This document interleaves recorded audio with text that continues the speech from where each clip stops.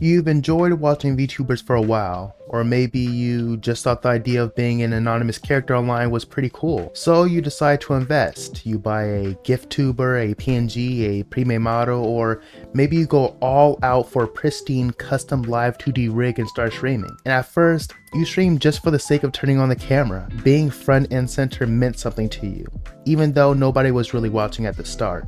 Maybe you had friends you wanted to collaborate with, making videos that pushed you to just stream and have fun. But eventually, you begin to feel a bit envious, a little anxious, and for a good reason. You glance at the wider VTuber sphere and start comparing yourself to your peers. You find yourself consciously or subconsciously asking questions like, how's their video getting so many views? Why are they so popular? Is it their content, their voice, their model? What could it possibly be? If you ask these questions, please don't feel ashamed or isolated. I've asked them myself. As content creators, we're always trying to develop new ideas for growth, so it's only natural to look at the people who seem to be doing it best, right?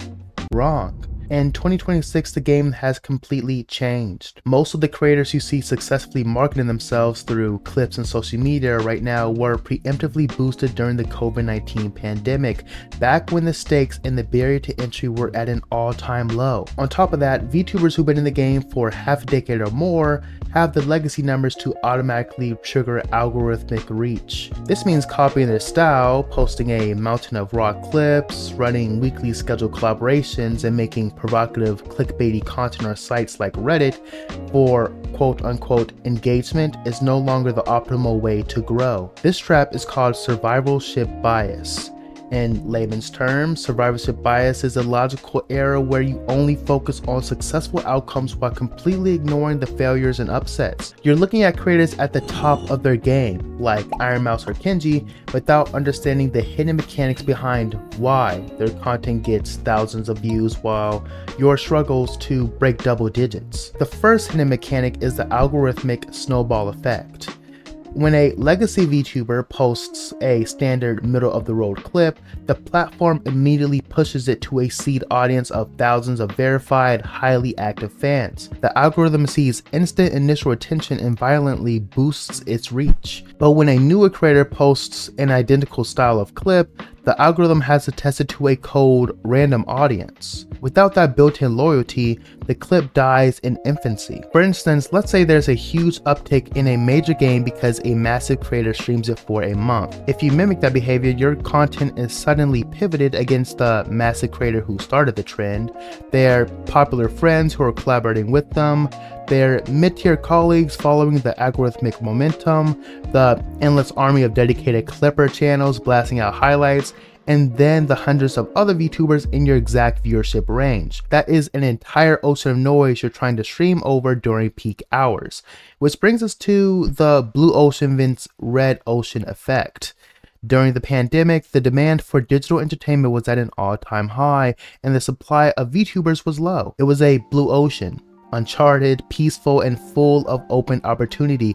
Today, though, the market is a red ocean, deeply saturated and hyper competitive. With high quality pre-made models costing as little as $40, starting out is easier than ever, but more competition means less viewer attention to go around. And that attention is strictly governed by the viewer attention saturation problem, also known as the Oshi limit. Human attention is finite. Most viewers only have the time and emotional energy to closely follow one or two main creators.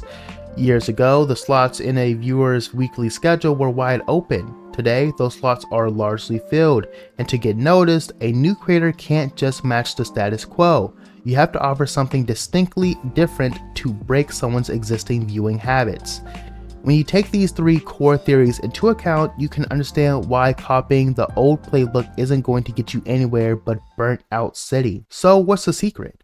How do you actually find fulfillment and real growth in content creation today? The secret is simple, but it requires you to completely flip the workflow upside down. Stop running a live first strategy and start running a format first strategy. Think about it from a viewer's perspective. Asking a complete stranger to sit down for a 4-hour live stream is a massive high friction request. They don't know you, they don't know your lore, and their Oshi slots are already full. They aren't going to give you 4 hours, but will they give you 10 minutes, Absolutely. If you want to break through a red ocean, you have to stop trying to stand out based purely on your model's aesthetic or the game you're playing. Your model is just a wrapper. Your format is the actual product. A format means you aren't just hitting go live and playing a game. It means that you are creating highly packaged, structured, edited content that offers immediate value to a viewer who has never heard of you. Instead of streaming 5 hours of ranked matches in a competitive game, your format becomes a deeply edited 10-minute analytical video breaking down the psychological toll of competitive gaming ladders. Instead of a standard just chatting stream where you talk about your day, your format becomes a structured video essay where you use your character perspective to analyze a complex philosophy or break down deep life lessons hidden inside popular media. Look at the difference here.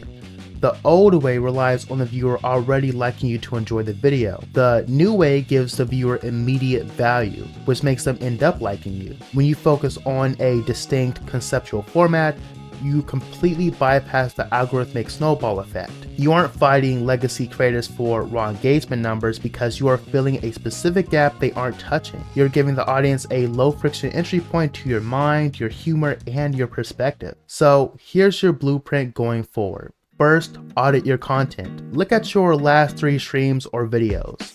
If a stranger clicks on them, do they need to know who you are to find it interesting? If the answer is yes, it's time to reevaluate the concept. Second, define your value. What do you want to teach, analyze, or uniquely dissect? Find the intersection between what you love and what people are searching to understand. And third, build a funnel. Shift 70% of your creative energy away from the live streaming treadmill and pour it into polished, edited, long-form content or targeted shorts. Let those videos do the heavy lifting of introducing you to the world.